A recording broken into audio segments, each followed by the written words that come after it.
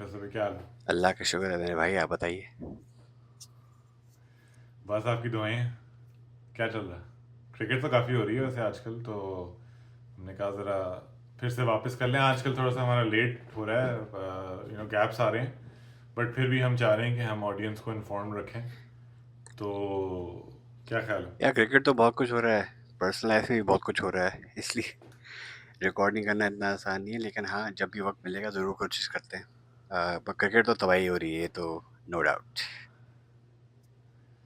हाँ नहीं, काफ़ी अच्छी सीरीज चल रही है। आई थिंक उधर इंग्लैंड और न्यूजीलैंड की बड़ी सही चल रही थी, तगड़ी सीरीज चल रही। फिर बॉर्डर गवास्कर सीरीज बड़ी अच्छी हो रही है, अभी तो हीट अप हो रही है काफ़ी ज़्यादा। और फिर पाकिस्तान ने तो obviously as always, Pakistan cricket पे तो बंदा, आप कुछ भी नहीं भी कुछ हो रहा होगा ना तो बंदा बात कर सकता अभी अभी कुछ बात अभी जो सिचुएशन ऐसी है कि भले क्रिकेट ऑन फील्ड इंटरेस्टिंग ना हो, लेकिन ऑफ फील्ड पीसीबी के एंटिक्स बहुत इंटरेस्टिंग है। आजकल तो ऑन फील्ड भी इंटरेस्टिंग ही है। खैर उस पर करेंगे बात। तो आई थिंक अच्छा है ये सेगवे इनटू के। आई थिंक शुरू करते हैं बीजीटी से, क्योंकि अभी ये थर्ड टेस्ट चल रहा है। और फिर ख़त्म करते हैं ये पाकिस्तान और साउथ अफ्रीका की जो भी T20 सीरीज हुई, क्योंकि उसके बारे में काफ़ी हम दोनों के इंटरेस्टिंग थोड़े से व्यूज़ होंगे। तो खैर, अगर हम शुरू करें बॉर्डर गवास्कर से, तो 1-1, ऑस्ट्रेलिया ने बड़ा कमबैक मारा था सेकंड वाली में। जितनी बुरी तरह इंडिया ने उनको पहली में हराया, उन्होंने उसके बाद वो return to favour courtesy Travis Head मेरे ख्याल से उसका वो सीन है जो विराट का पाकिस्तान के साथ रिलेशनशिप है ना, उसी वही रिलेशनशिप हेड का इंडिया के साथ या ये है। क्या ख्याल है मेरे आपका? हमें ट्रेविस हेड जो है ना, रोहित शर्मा का क्रिप्टोनाइट है। मतलब उसने कसम खाई हुई है कि इस बंदे को वो चैन से नहीं रहेगा, और इसकी कैप्टनसी पे जो एक दाग है ना, वो ट्रेविस हेड ही रहेगा। सीरियसली यार, लेकिन क्या मतलब, व्हाट अ प्लेयर। और खैर हम इस पे करते हैं बात, बट बड़ी इंटरेस्टिंग सीरीज। और आई थिंक ये जो थर्ड टेस्ट मैच भी चल रहा है इसमें, अब अभी तक तो 405 ऑस्ट्रेलिया ने कर लिया। और आई थिंक ये मेरे ख्याल से तो बड़ा ये टैक्टिक इन्होंने खेला है, बिकॉज एक थोड़ा बहुत एक तो उनको 100 ओवर जो उन्होंने रखा है फील्ड में। तो अब जब ये बैटिंग करने आएंगे बेचारे, तो चाहे जितनी भी आपकी बैटिंग स्ट्रांग हो, लेकिन having to have been on the field for more than 100 overs, तो वो डेफिनेटली इम्पैक्ट करता है। तो मुझे तो लग रहा है कि ये थर्ड टेस्ट मैच में ज़रा ऑस्ट्रेलिया का पल्ला भारी है। और ज़्यादा से ज़्यादा अगर इंडिया ने बहुत अच्छा खेल दिया तो ड्रॉ हो सकता है। अदरवाइज़ ये चांस है कि ऑस्ट्रेलिया शायद ये टेस्ट मैच तो चलो ले ना जाए, ना भी जाए, लेकिन आई थिंक जो अगले दो टेस्ट मैचेस हैं उसमें द फैक्ट कि बुमराह ने अब इतने ओवर फेंक लिए हैं कि डेफिनेटली लास्ट दो टेस्ट मैचेस में आई थिंक इंडिया की जो बॉलिंग है ना, इनको थोड़ा सा मसला पड़ेगा मेरे ख्याल से। या तो एक्चुअली मेरा वही कमेंट होने वाला था कि जो मुझे सबसे बड़ा मसला नजर आ रहा है इंडिया की तरफ से, वो ये है कि अपार्ट फ्रॉम बुमराह कोई और बॉलरों को तंग नहीं कर रहा। पहले टेस्ट मैच में भी यही था कि बुमराह ने दोनों इनिंग्स में उनको तबाह कर दिया। सेकंड टेस्ट मैच जो ऑस्ट्रेलिया बड़े आसानी से जीत गया, the only bowler who give them any issues was Bumrah. और अभी थर्ड टेस्ट में भी वो पहली इनिंग में 5 लेके बैठा था, उसके अलावा कोई और कुछ कर नहीं पा रहा। मतलब बुमराह जब आके स्पेल फेंकता है तो आपको लगता है कि विकेट बस आने वाली है। जब दूसरे लोग आके स्पेल करा रहे हैं तो आपको हम्म। लगता है कि अच्छा, अब 104 से ऊपर चली जाएगी। तो ये बहुत बड़ा इशू है हम्म। इंडिया के लिए। They are having a very hard time getting Bumrah support. जिसका मतलब ये है कि हम्म। 20 विकेट लेना इतना आसान नहीं होगा। और दूसरी तरफ जो उनका बड़ा इशू चल नहीं रहा है तो। वो उनकी बैटिंग है। हम्म। बैटिंग इतनी कंसिस्टेंटली फेल इंडिया की कम अज़ कम मैंने नहीं देखी हुई। पहले टेस्ट मैच पे सेकेंड इनिंग में उन्होंने काफ़ी अच्छा स्कोर कर लिया था, जिस पर ऑस्ट्रेलिया हार गया। बट दूसरे टेस्ट मैच हम्म। में जिस तरह वो दोनों इनिंग्स में खेले हैं, it was, और उसी सेम पिच पे जिस पे ट्रेविस हेड ने आके उनको बेसिकली फेंटा मारा है, बहुत सरप्राइजिंग था जिस तरह इंडिया खेला है। मतलब आपका मिडिल ऑर्डर बिल्कुल सेटल नहीं हो पा रहा। रोहित शर्मा की पोजीशन बैटिंग ऑर्डर में कहाँ होनी चाहिए, वो बहुत बड़ा इशू हो गया है। ये मतलब ये मसले तो पाकिस्तान क्रिकेट में होते हाँ। हैं। तो हाँ, रोहित को समझ, वो तो रोहित को छुपा रहे हैं हम कहीं। वो कह रहे हैं कि भाई हम आपको कहाँ खिलाएं। यस, लेकिन नहीं, आई थिंक इससे एक इंटरेस्टिंग बात ये बनती है कि जो मुझे लग रहा है कि ऊपर से उन्होंने, आई थिंक पहले मैच में तो I guess all of them were rusty, और उसमें इनके सेकंड मैच में उन्होंने जायसवाल को बड़ा टाइट डाउन रखा है, इवन सेकंड इनिंग्स में भी। पहली में तो स्टार्क ने उसको बता दिया ना कि अब तो स्लो नहीं आएगी, ठीक है। वो पहले मैच में तो बेशक स्लो आई थी, इट्स कमिंग टू स्लो। तो सेकंड मैच में तो it was definitely not coming slow. लेकिन इवन जब सेकंड इनिंग्स में वो खेलने आया, उसने 20 तो किया था, बट उसको बड़ा उन्होंने विद इंटरेस्टिंग फील्ड चॉइसेस वगैरह उसको फंसा के रखा हुआ था। और उसकी वजह से क्या हो रहा है कि जब वो ऊपर वो उड़ता है तो विराट को पहले आना पड़ जाता है। और इवन ऋषभ पंत को भी वो, क्योंकि और विराट उस तरह भी सेट नहीं हुआ हुआ, हालांकि उसने सेंचुरी तो मारी थी पहले वाली गेम में, लेकिन सेकंड गेम में तो बिल्कुल ही लुक्ड आउट ऑफ सॉर्ट्स। तो अगर विराट भी उड़ जाता है तो फिर ऋषभ को पहले आना पड़ जाता है, और अगर बॉल थोड़ी नहीं है और ऋषभ आ जाए पहले, तो फिर उसकी जो जो डैमेज जो ट्रेविस हेड करता है बेसिकली ये ऑस्ट्रेलिया के लिए, वही ऋषभ पंत भी थियोरेटिकली उसी तरह का प्लेयर है। तो फिर ऋषभ की थोड़ी सी जो यूजफुलनेस होती है वो कम हो जाती है। तो मुझे तो ये लगता है कि अगर इंडिया ने कुछ कम बैक टाइप मारना है इसमें, या जीतने की कोशिश करनी है, तो इनको ना ये खाली ये नहीं है कि like they need to come up with some like field positions थोड़ी रखें। थोड़ी सी मुझे टैक्टिकली भी बड़ा लग रहा था कि इनको ना समझ नहीं आ रही। जैसे कल मैं मैच देख रहा था तो बस वो वही उन्होंने रखा हुआ था कि ट्रेविस हेड को आउट करने का क्या तरीका है कि उसको फुल बॉल कराओ और अंदर खिंचती भी आए। लेकिन यार वो भी अगला इंटरनेशनल क्रिकेटर है, कोई बेवकूफ़ तो नहीं बैठा हुआ, और या तो कोई बड़ी एक्स्ट्रावेगेंट स्विंग हो रही हो और कोई बहुत ही ज़बरदस्त कोई स्पेल चल रहा हो, बट कोई उन्होंने ट्राई नहीं किया कि उसको उसकी स्कोरिंग रोकें। कुछ कुछ थोड़ा सा आउट ऑफ द बॉक्स करके कोशिश करें। तो अगर आई थिंक, तो मुझे लग रहा है कि इंडिया नॉट ओनली इनका जो थर्ड सीमर का इशू आ रहा है, क्योंकि डीएसपी है, डीएसपी जो है वो डीएसपी सिराज जो है वो कोशिश तो वो करता है, but obviously he is no Bumrah. तो वही वाली बात है कि सपोर्ट नहीं उनको मिल रही। But I think they gonna have to like sort of tactically भी इनको।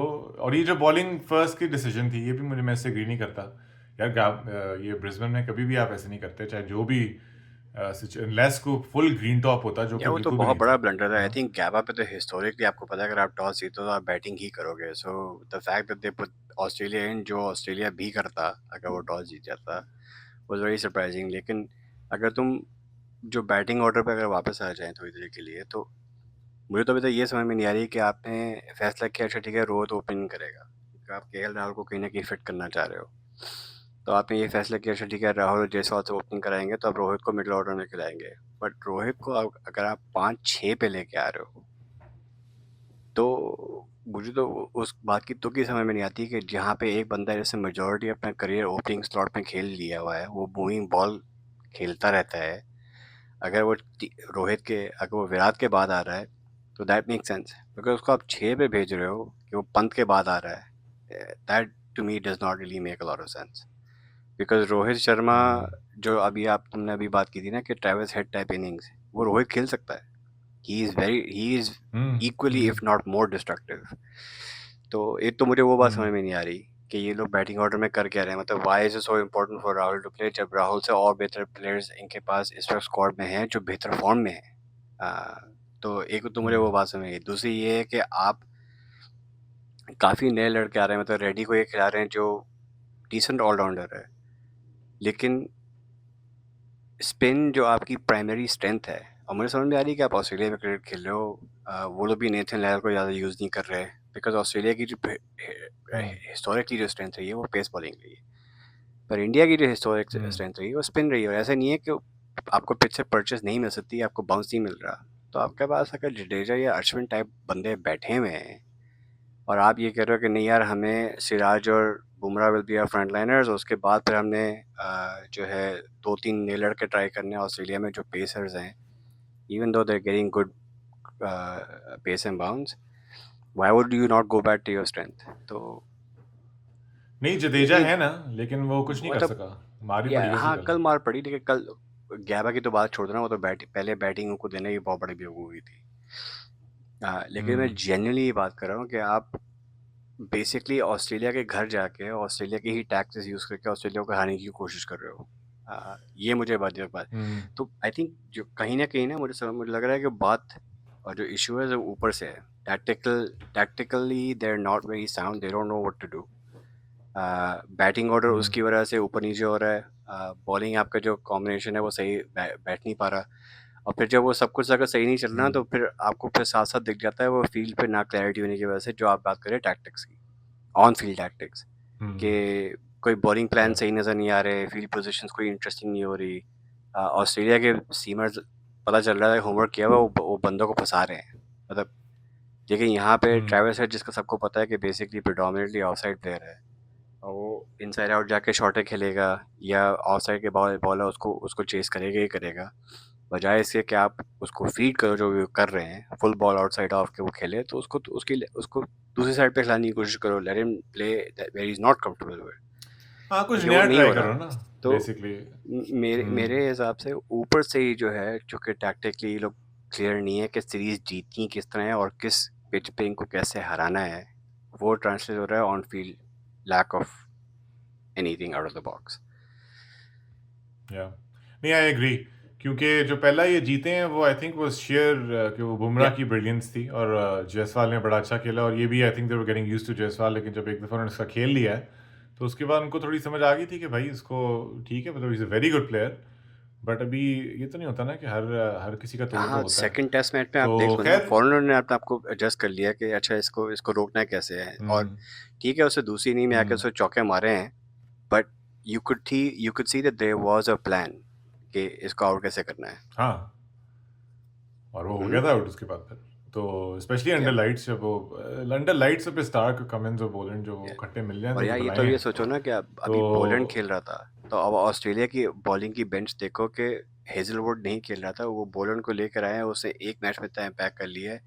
यहाँ तक कि एक टाइम पे ये मसला चल रहा था कि अब तीसरे मैच में अब हेजलवुड अगर अवेलेबल है तो बॉलर को ड्रॉप कैसे किया जाए। मतलब that's a great problem to have. Exactly. लेकिन उनकी जो बॉलिंग बेंच है वो या इतनी डीप है उनकी फास्ट बॉलिंग हमेशा से ही स्ट्रेंथ रही है। पर इंडिया का हाँ, हम लोग वो जो तो फिर। कहते रहे हैं ना पिछले कुछ अरसे से कि India bench is very deep और बॉलर्स बहुत हैं ये है वो है।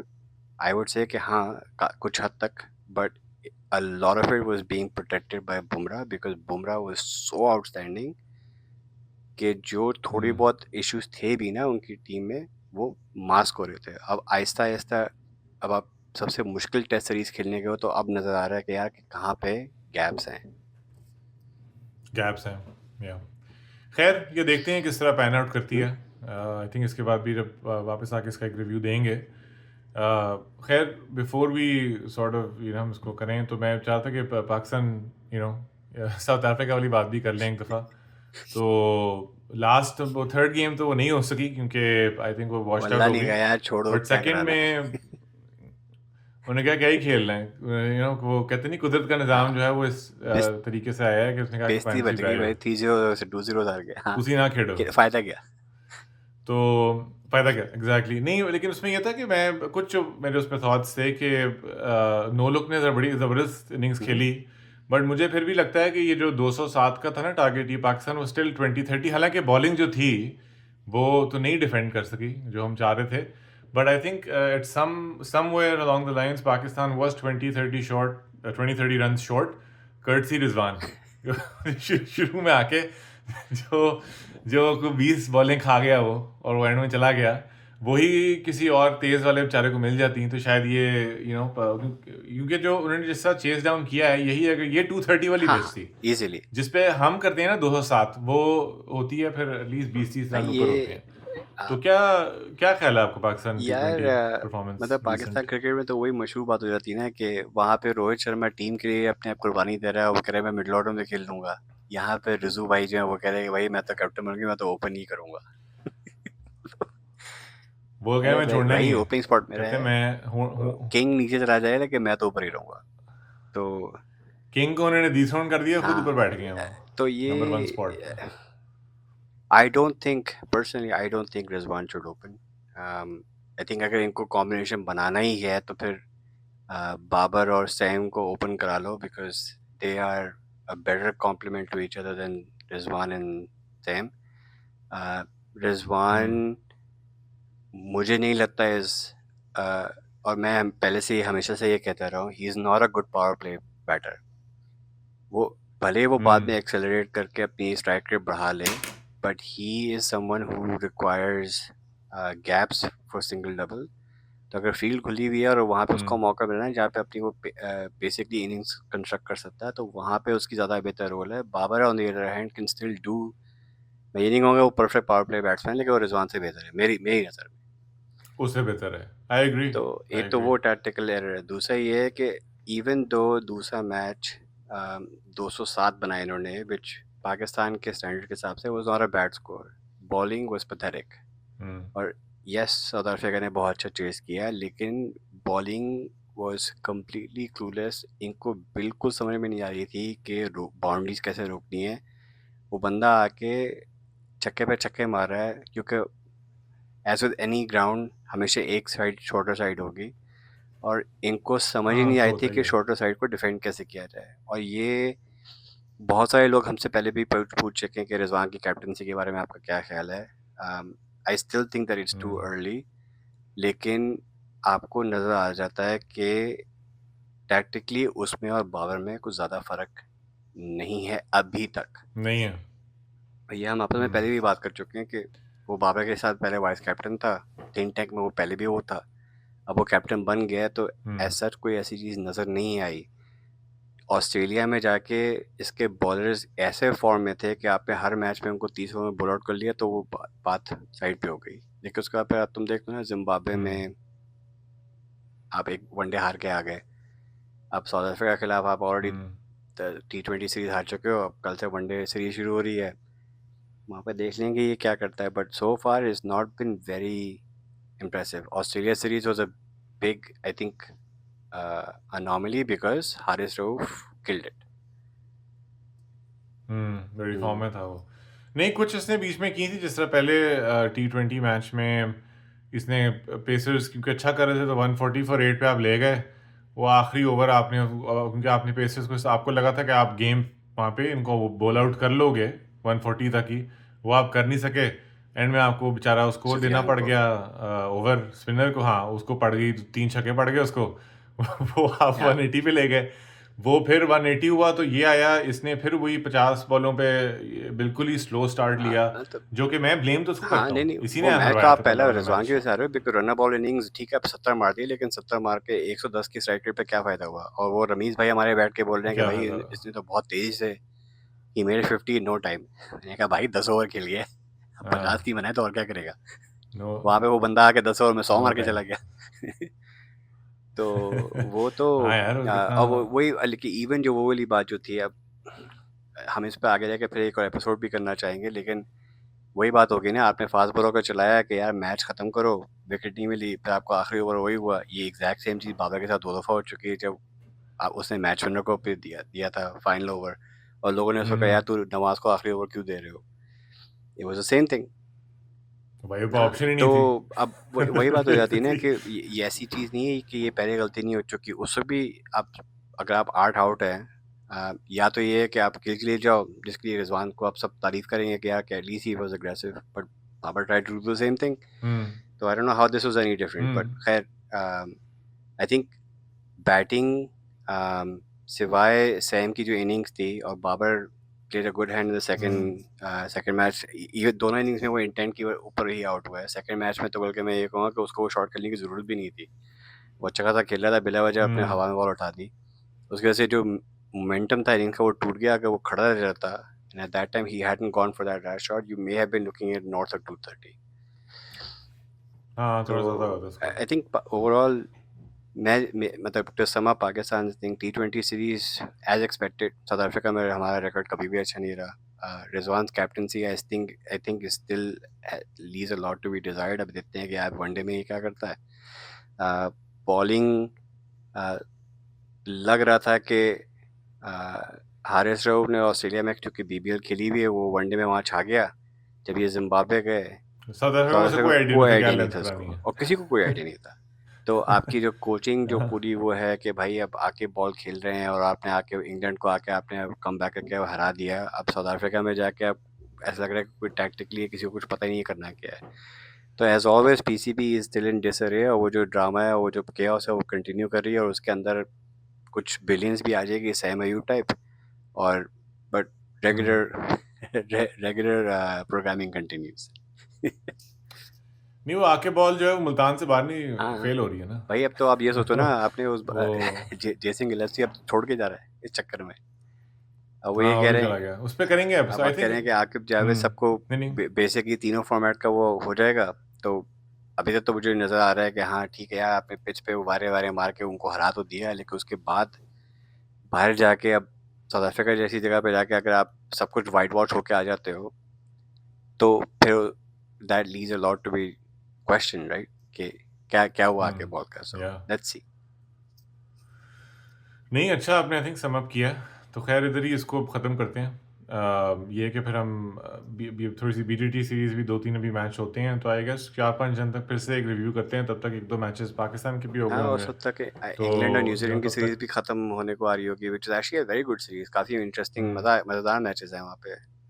तो हम्म बेसबॉल की काफी आ, ठुकाई हुई है। ठुकाई तो खैर नहीं हुई, एंड में हुई है वैसे तो उन्होंने की है काफ़ी। बेसबॉल न्यूजीलैंड में आके थोड़ा नहीं सक्सेसफुल नहीं हो गया वो है। हाँ, मतलब सक्सेसफुल अ, भी हुआ है, और मतलब वही बात हो जाती है ना कि वो लोग एक फिलॉसफी को लेकर चल रहे हैं, वो उससे पीछे नहीं हट रहे, and it's bringing them success so far. New Zealand में भी जाके वो अच्छा खेल रहे हैं, तो overall hmm I think test cricket जो है वो स्ट्रांग चल रहा है। वर्ल्ड चैंपियनशिप फाइनल जो है स्टिल काफी अलाइव। इंटरेस्टिंग होगा। इस पे करेंगे आई थिंक, ये थोड़ा सा जब हम्म। क्लियर होगा ना ऑस्ट्रेलिया और इंडिया की सीरीज, तो उससे फिर थोड़ा सा क्लियर ये हो जाएगा कि आगे या डब्ल्यूटीसी में या क्या होना है। तो चलें फिर चलो साइन भाई। ऑफ करते हैं। And please like and subscribe and share, and hopefully we be back to our हाँ यार, नॉर्मल इंशाल्लाह, tuning hopefully hopefully hopefully. in a while. But till then, please bear with us and challenge you. Okay. Thank you.